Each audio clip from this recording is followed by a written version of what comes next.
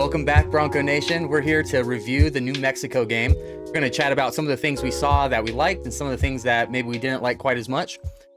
So, Ricky, let's just start with some of your kind of overall takeaways of this game. What things stood out to you as kind of advantages and disadvantages that Boise had throughout this game? Honestly, I think for me, looking at the our defense, I think we played all right. I think that's a plus for us. Offensively, I think we kind of let New Mexico hang around a little too long until the fourth quarter. I think we kind of pulled away. Um, but other than that, I went to the game. I sat in the stands for a little bit. I felt the energy. It felt great. I think it was fun to be back on the blue and um, I gotta see these guys get after it. I mean, there's a lot of guys that played. We got some backup action in, so that's good. Get these guys some more experience. Other than that, I think overall we played decent. I think like I said, we let New Mexico hang around, but that's what happens. I mean, that's why I talked about last video. It's like everybody's gonna give us their best shot. So New Mexico got guys as well that can play. So For sure. I just like to see it happen a little earlier in the game where we put them away and put 20 plus points on them. Difference. Yeah, I think defense came out really strong. I mean, that first call where it was a delay of game, they almost had a sack there. They probably would have if it wasn't a delay of game. Right. And then the following play, they did sack them, and they ended up stripping the ball and getting a turnover. So, I mean, you can't start too much better than that. And then Right. immediately after that, on their next possession, we got the interception. So it's like we had one of the strongest defensive starts I think that I've seen from Boise State in quite a while. Um, and unfortunately, offense just didn't capitalize on that. Um, I think for the offensive side, there were a couple opportunities that we had. I think the running game really didn't get going as much as we were hoping. And I honestly don't think that was as much of a fault of ours as it was just New Mexico's defense playing really well. Right. Um, some of their line movements and stuff like that kind of, I think, put our guys at a disadvantage on the offensive line. Um, there were a couple plays where the announcers were kind of mentioning that some of those movements that the defensive line was doing were basically taking one of our offensive linemen almost completely out of the play, where he really wasn't making much of an impact as far as like blocking someone or creating a hole or anything like that. He kind of just ended up being an extra guy standing in the way. And I think their strategic line movements, being able to do that, really helped them in stopping our running play, and probably helped Right. to put a little bit more pressure on Maddox as well. Um, Yeah. so the biggest opportunity I saw was still Maddox, unfortunately, in this one. Um, he had some better moments than we saw at the last game. I think he was a little bit, he was at least letting the receivers have a chance to catch it and stuff. But there were still a lot of throws behind people, a lot of throws that were very low that the receivers had to drop to catch, stuff like that. Where like there was one Chris Marshall play where he throws it to Marshall, and I think Marshall probably could have, like, he had a little bit of space around him, and he probably could have gotten some extra yards. But Maddox threw it kind of low, and he kind of ended up dropping for the ball, and put an end to the play right there. And I think just little things like that kind of really made a difference in this game. Um, but I do know some of the fans were mentioning that they saw Maddox kind of limping off the field at times, and kind of wincing in pain, and it looked like maybe his ankle was still bothering him. And I don't know if that's playing into all of these accuracy issues we're seeing, or if it's just something kind of beside it. But I mean, I would like to believe that it's leading into that, and that once he gets over that, we'll see it improve. But I mean, who knows at this point? Yeah. Well, I think if you're gonna put yourself out there and your coaches are gonna let you play, then yeah, you should be able to deliver the ball. I think to me, we already lost how many games so far? Two games, three games? Too, yeah, Two games, yeah. So that's the big thing. Like you have two games on film right now that you've lost. And if I'm a coach scouting Boise State, I'm looking at, okay, why did it lose? What worked against them? And I'm trying to mimic that. I'm trying to figure out a way to, do the same thing with my defense to put that pressure on the Boise State's offense. So I think that's kind of where we're at right now. Because yeah, it's easy if you're undefeated. The tape shows nobody can mess with you. Okay, the stuff that they're doing is not working. But if you're once you start losing and you have that on tape and that shows like, okay, we can use these type of movements and stress the offensive line in this way, I think it makes it a little easier. But I mean, that's something we have to overcome as as a team, and just say, okay, we're gonna correct that. We're gonna fix that. We're gonna figure out a way to stop this movement. So I'm looking forward to that. And then we have UNLV coming up. So yeah, I'm excited Yeah, to that's see going to how be that a big goes. game for sure, man. I'm excited for that one. I know there was a lot of talk about the fans leaving kind of halfway through the game and stuff, and some of the other podcasts and commentators were talking about how with UNLV, that's going to be one of those games where we really need the fans to show out. They're an undefeated team, and they're coming into this looking pretty strong, probably one of the leaders in the Mountain West. Right. So if we can beat them, that's going to put us kind of in the lead for the Mountain West championship. If we lose to them, it's gonna really, I think, throw us down the ranks a little bit in the Mountain West. San Jose this year doesn't really play a lot of really tough people. They kind of skate by. I don't think they have to play us or UNLV.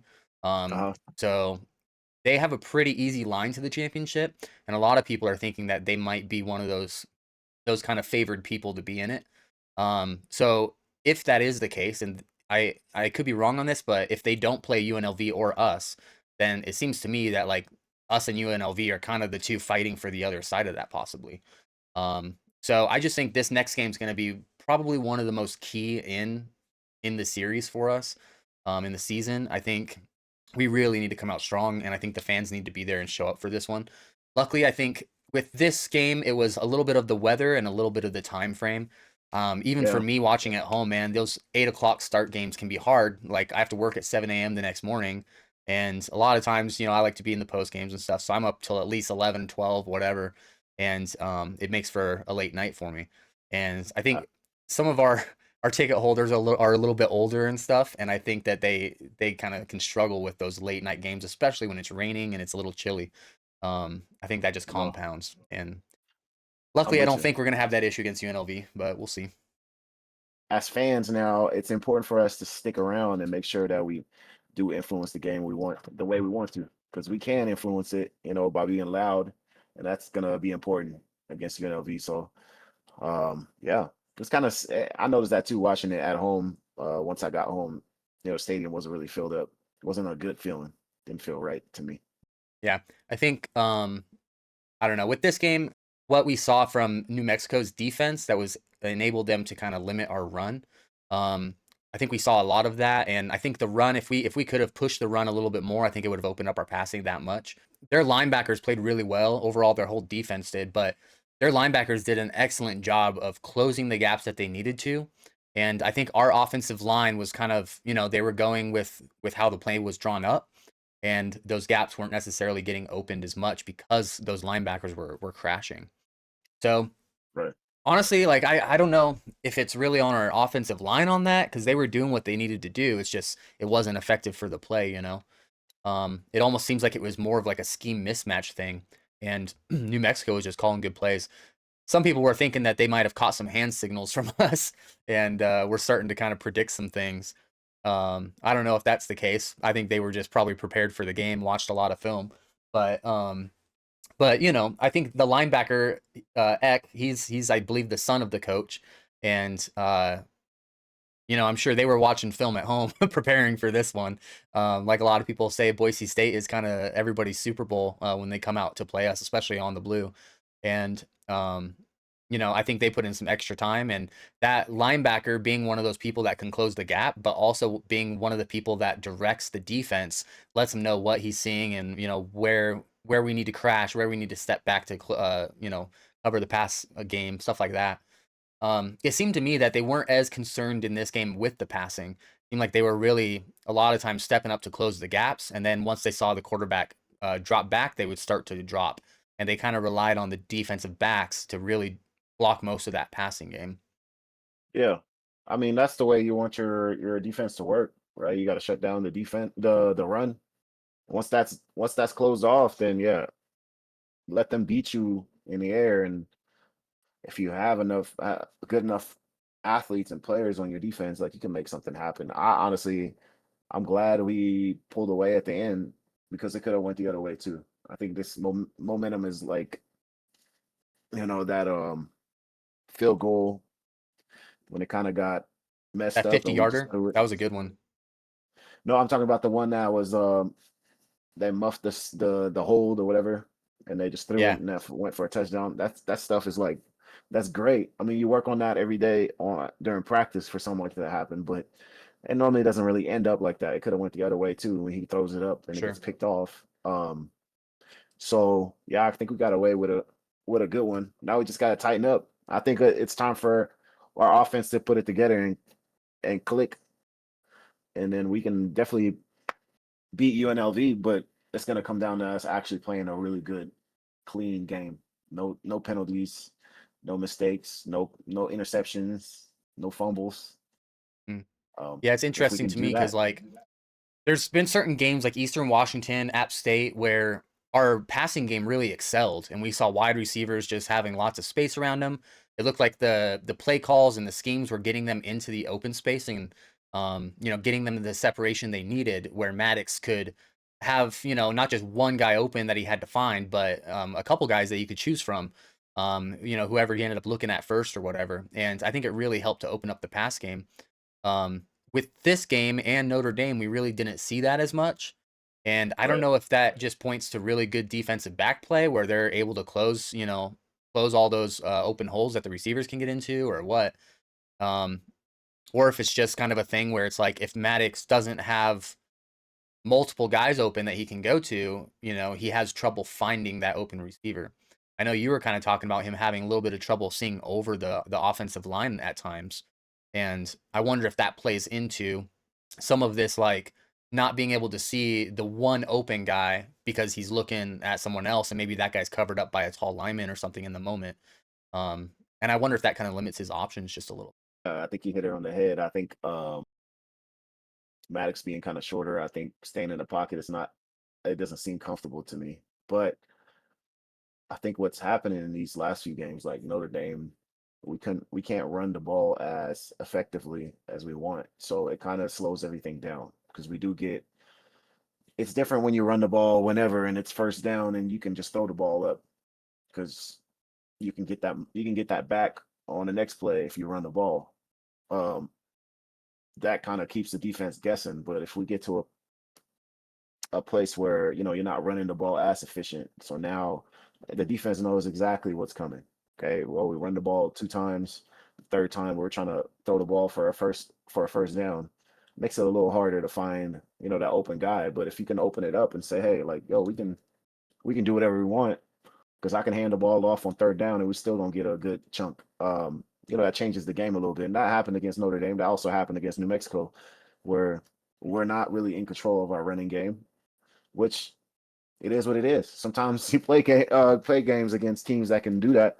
It's just about figuring out a way to get that edge on the defense and keep them guessing. Because if we become too predictable, if everybody knows, okay, this is going to be a pass, it's a lot different to cover when you already know it's a pass than having to first react to a run and then have to get back to your passing responsibility. So I think that's kind of becoming one dimensional. It's kind of part of it. But honestly, New Mexico, I honestly think they're a good team. I'm hoping they get a few more wins. I think that'll be a good look for them. I think so too. I think as the year goes on, they're getting stronger and stronger, and they're starting to kind of find their identity a little bit. I mean, even in their first few games, even their losses, their defense didn't look bad. I think their defense Right. is a pretty strong point of their team.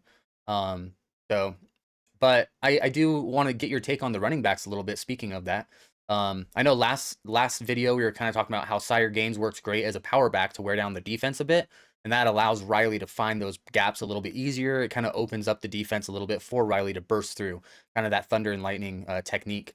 Um, Hmm. with the last couple games, we've seen right like even in Notre Dame and this one where Sire's kind of getting the majority of the cut carries, not by a lot, but he's getting more. We're seeing Riley with a higher yard per carry average. Um, are you at a point where you think we need to start seeing Riley take over a majority, or do you think we should still stick with that Sire wear him down, then put Riley in to explode? There were a couple times in this game where even early in the game, I'm seeing Riley do a little bit better stuff before the defense is worn down, and that makes me wonder if Riley can excel even without the power back, leading the charge for the first quarter or two.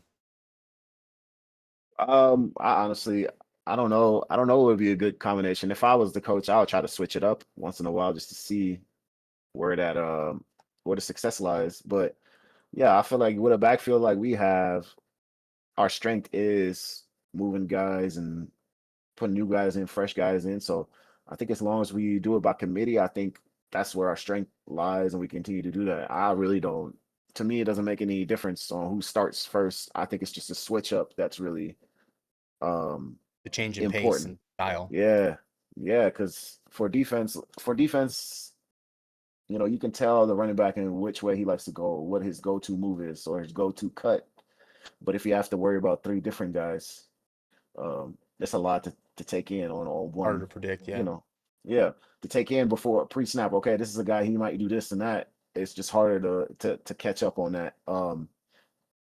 So yeah, I like the way we're playing right now, and that's the thing too. Like as a running back, like we want him to hit home every time, but I like to just see him pound the ball for 3 yards at a time, because at the end of the game, it's going to end up being six yards at a time. So it just takes a little bit Mhm. to break the defense in too, and break your offensive line in, and running back as well. So Yeah, and I think that I goes both ways though too. Like the yeah, defense starts to figure out, oh, this is what they're doing.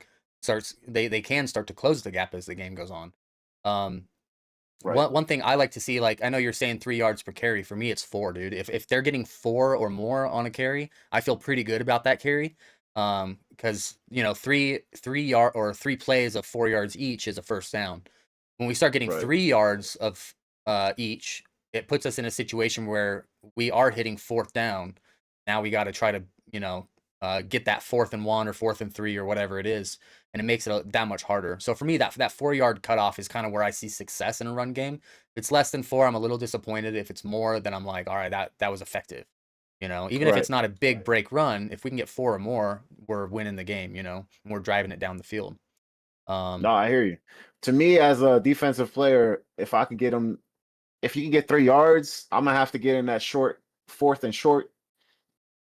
And if you can consistently get three, then you're gonna get that short as well. So that to me is like the cutoff. I don't know. But I yeah, hear I what you're really want saying. to It'd be nice see. to get four. Yeah, I really want to see them do. Like we really haven't seen it too much. Every now and then we see them pop it out, but I would love to see more two back formations. A lot of times they'll have Malik Sherrod in there as a second back and have him kind of as a slot receiver that's then in Right. motion and maybe every now and then getting a little toss in motion or something like that. But I would really love to see Sire and Riley both in on both sides of the quarterback and kind of doing that type of play where it's like they don't know which running back is going to get the ball and which direction they're going to be going. I think using Right. a little bit more of that, not, I don't know, just the trickery, if you will. It's not quite like a trick play, but the confusion, I think, could open up the running game a little bit. And we really haven't seen them do that. It's usually, if it is two backs, it's Malik Sherrod as a slot. Um, I think I've seen them do that kind of. I forget what the formation is called, but when there's a running back on both sides of the quarterback, I've seen them do that a couple times throughout the season. But I personally think Right. that might be kind of something we could use to our advantage, especially with having Riley and Sire both killing it. I think you're right. I think, yeah, it kind of depends on the formation and what they're trying to get done. But if they put Sherrod on there and he's more of a pass catcher, I think that stresses the defense, because it can go either way. I honestly think we're lacking on our trick plays or Yeah, creative plays. I think, I did like seeing us shut down New Mexico's trick plays. That was nice. I think we got in the backfield so quickly that they weren't able to really execute what they wanted to do. for sure. Yeah. So that's good to see. I just want us to cut it loose. And I think that's what we spoke about last video, just bringing that Boise State brand of football back. But it's going to take a little bit of time. Yeah, going We to just got to that set special certain stuff teams. up. Yeah, going to that kind of muffed field goal.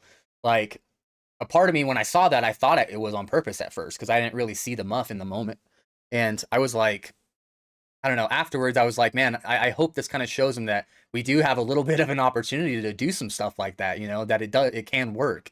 I think sometimes like our coaches right now are a little bit scared to pull that out. Um, it seems like Potter has it in his bag, but he only really wants to pull it out when the situation is just perfect for it. And I think at times when you pull it out when it's not necessarily perfect and they're not expecting even that much more.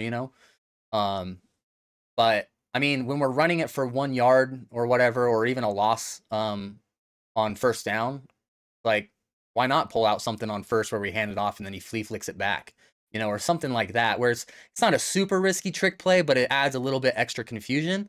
And if we don't get it, like it's not any worse than us getting stuffed on a run. So, Right. I think there's some opportunity there to get back to the old Boise State ways, if you will. But I also know that every trick play introduces risk. Yeah, I don't think we're right now disciplined enough to be doing a lot of trick plays. If I look at it, we've got a lot of like offsides and stuff like that. If you want to run trick plays, you got to be perfect because you only get one shot at running a trick play. Hmm. So it has to land, and you have to be disciplined. Everything has to be correct. Everybody has to know their job and do it correctly. So I don't think we're there Yeah. execution wise like teams of the past were. Um, but hopefully we get to it. I think the biggest concern for me is like let's get. I want to see it. I want to see those trick plays, but let's get through a game without having any penalties. Um, I think that would Yeah. be a good start. And then once we get that, everybody's on the same page. No false starts, none of that. Then yeah, we can put in some cool little trickery. And I think when we're having all those penalties and stuff, they're focused a little bit more in practice on fixing that stuff. I mean, they don't really have the time to dedicate to perfecting a trick play or something like that. You know what I mean? Because they have so much other stuff they need to be working on. That's Yeah, a little well, bit more base. I I know they got a trick play in there. They've been running it from like since week one. That's how it goes. You put trick plays in week one, so you have it. But yeah, just pulling it out has just not happened yet. So we'll see. Maybe hopefully this game will get it. I think this is the game to actually do it. Even if it's a fake punt, I don't care. We gotta make it happen. I think for me, momentum wise, that's what you want. Even if you just get a stop or you whatever it is, you gotta throw some plays out there to get the momentum going, to get the crowd going, because they want to see exciting stuff. I think that's where we're at right now with UNLV.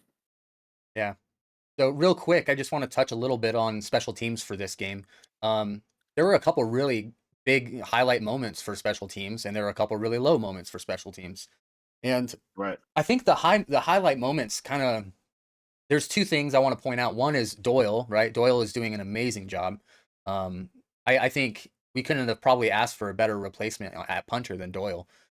Mhm. He had that one punt where he pins him on the 2 yard line.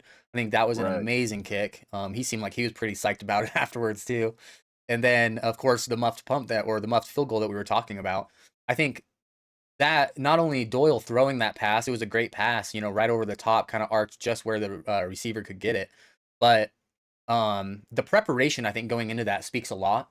The fact that they were so prepared for that muffed punt situation just in case it arose, that those receivers knew the routes they were running. They were prepared as soon as they heard that fire yell. They started running those routes and looking for the ball. They were on top of it. I think that was really impressive to me to see. Um, However, there's a lot of other points where we lacked as far as like the kickoff return that got ran back. I know the coaches in the interviews were kind of pointing to the fact that the players thought it was going to go out of the end zone, so they kind of let up a little bit, and they think that's what led to it. That might be, but I mean, even if that's the case, I mean that's an effort thing, should never happen. But I mean, even if it does happen, like every single one of those guys was held up in blocks. I just feel like on our kickoff returns and our kickoffs, there's really not a lot of strategy to where are we blocking and what lanes are we creating or stopping. Like it just kind of seems like they're just at this like run at the ball and try to stop the guy kind of mode. Or vice versa when we're receiving, it's kind of just like find the guy to block and block him. And it just seems like there's not really lanes being opened or any strategy to where they're blocking. I'm sure there is, but it's not being executed. Um, I just think that there's a really big opportunity there. The biggest opportunity for me is the punt returns. When we get punted to and Malik Sherrod is back there, he hardly ever has a chance to do anything but a fair catch. I mean, there's like almost no blocking on the punt returns. And that to me is a Right. really big issue because we have this guy back there that's, historically known to be one of the best returners. And he can't do anything if he's fair catching it the whole time. And I know it comes down to Stacy Collins and he's got linebackers to focus on and other stuff too, which linebackers have been doing a great job. So he's doing well there, but it almost leads me to think like we might need another coach to come in, leave him on linebackers only, and get a special teams guy that can focus on that. Because I just feel like there's not either not enough attention being put on those moments, or it's just like what he's doing is not effective. There's not enough blocking. Yeah. No, I agree. I think special teams is definitely one of those areas we can improve on. And that's an area for you to actually execute well in and help win the game. There's a lot of hidden yardage, as Coach Pete would call it. My Hmm. thing on the punt returns, it takes a little bit before the punt return before you can return one.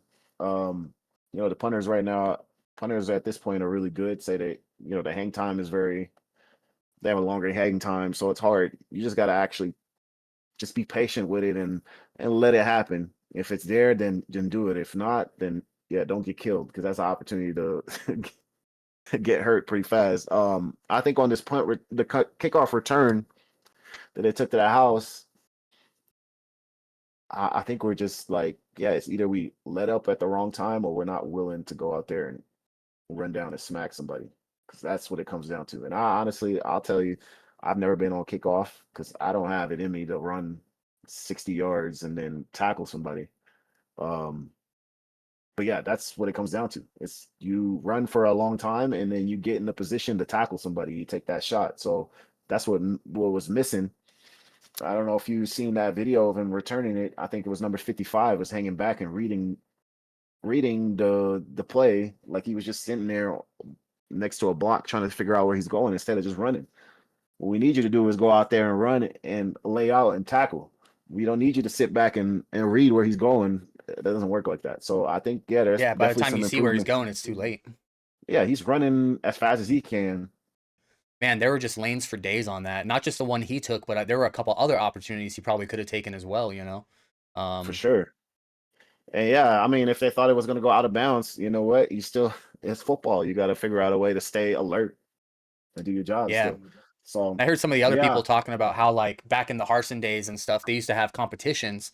If it did go out the back of the end zone, they would race to the end zone, and whoever got there first would like rack up points, and they would have like awards and stuff, things that you could win or whatever by racking up points. Like, it was kind of a competition to see who could get down there the fastest.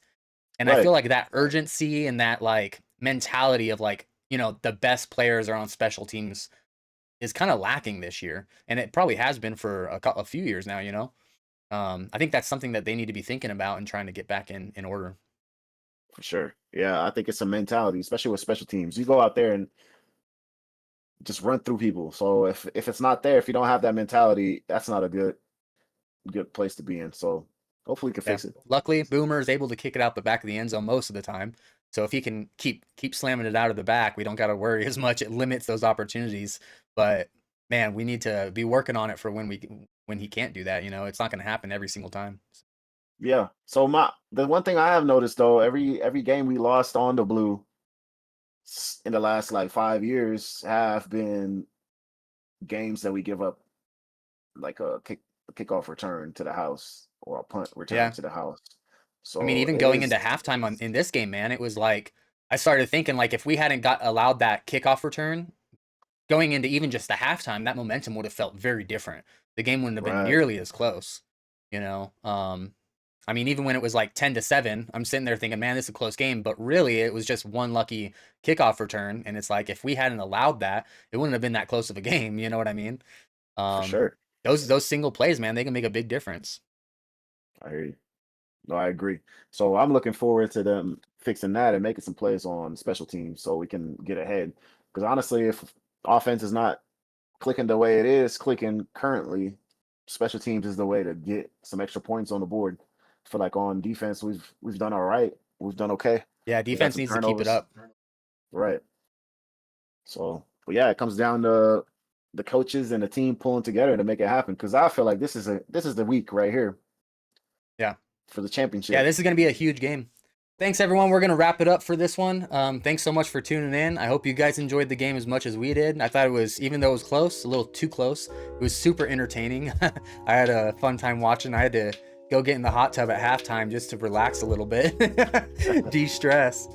But I hear you. all right. Well, we'll be back soon to review the upcoming UNLV game and talk a little bit more in depth about the opportunities we have against them. So we'll see you guys next time. Thanks again, Ricky, for joining in. Thanks, Amber. Have a good one.